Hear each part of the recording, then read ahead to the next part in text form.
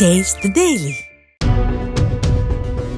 சேலம் அஸ்தம்பட்டியில் நள்ளிரவில் சுவரேறி குதித்து குல்லா திருடர்கள் வீடுகளில் திருட முயன்றது சிசிடிவியில் பதிவானது. ஓய்வு பெற்ற காவல் அதிகாரி ஒருவரின் வீட்டிலும் வழக்கறிஞர் ஒருவரின் வீட்டிலும் அந்த கும்பல் திருட முயன்றபோது சத்தம் கேட்டு வீட்டிலிருப்பவர்கள் வெளியே வந்ததால் அவர்கள் தப்பியோடியதாக கூறப்படுகிறது.